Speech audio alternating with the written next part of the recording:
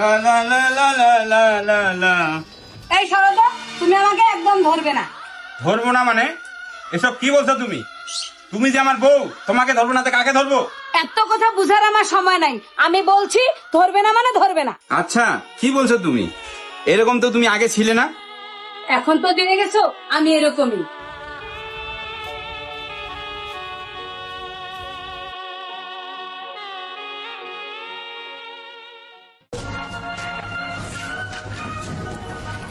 Hello, তুমি কি এসে গেছো? হ্যাঁ, আমি এসে গেছি, তুমি আসো। তুমি একটু অপেক্ষা করো, আমি যাচ্ছি।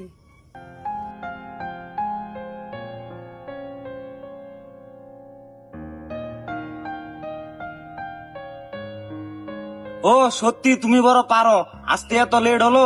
তুমি কি জানো না, বাড়িতে সারাক্ষণ আমাকে পাহারা দিয়ে রাখে। আচ্ছা এখন বলো, আজকে তুমি কোথায় ঘুরতে নিয়ে যাবে? চলো কোনো পার্কে থেকে ঘুরে আসি। আচ্ছা ঠিক আছে।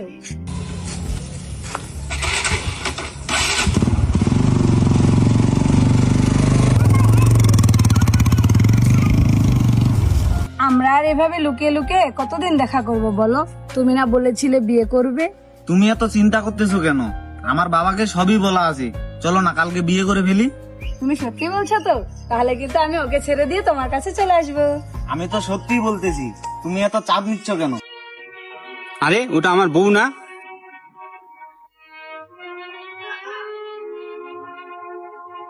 হরিয়ম, সত্যি করে বলো তুমি কোথায় গেছিলে? আমি যেখানেই যাই তোমাকে বলতে হবে কেন? কি তুমি আমাকে বলবে না মানে? বলার প্রয়োজন মনে করিনি, তাই বলিনি।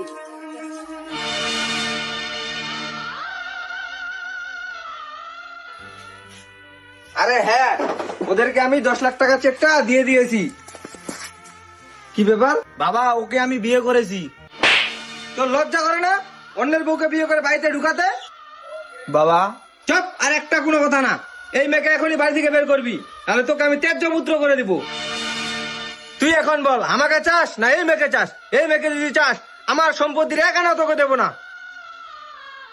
বাবা আমি তোমাকেই চাই। এসব তুমি কি বলছো? আমি তোমার বিশ্বাস এবং তোমার ভরসায় আমি আমার স্বামীর ঘর ছেড়ে তোমার কাছে চলে এসেছি। তোমাকে বিশ্বাস? তুমি তোমার স্বামীর ঘর ছেড়ে আমার কাছে এসেছো। তুমি যে একদিন আমাকে ছেড়ে অন্যের ঘরে যাবে না, তার কি বিশ্বাস আছে?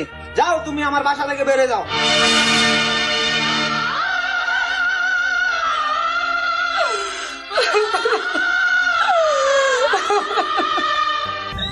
আমার মতো ভুল কেউ করবেন না। সবার উদ্দেশ্যে একটা কথা বলি, বিবাহিত নারীদেরকে কেউ ভালোবাসে না, ভালোবাসে শুধু তাদের শরীরটা পাবার স্বার্থে। তাই বলি কি বোন, দুষ্ট লোকের মিষ্টি কথায় ভুলে নিজে সংসার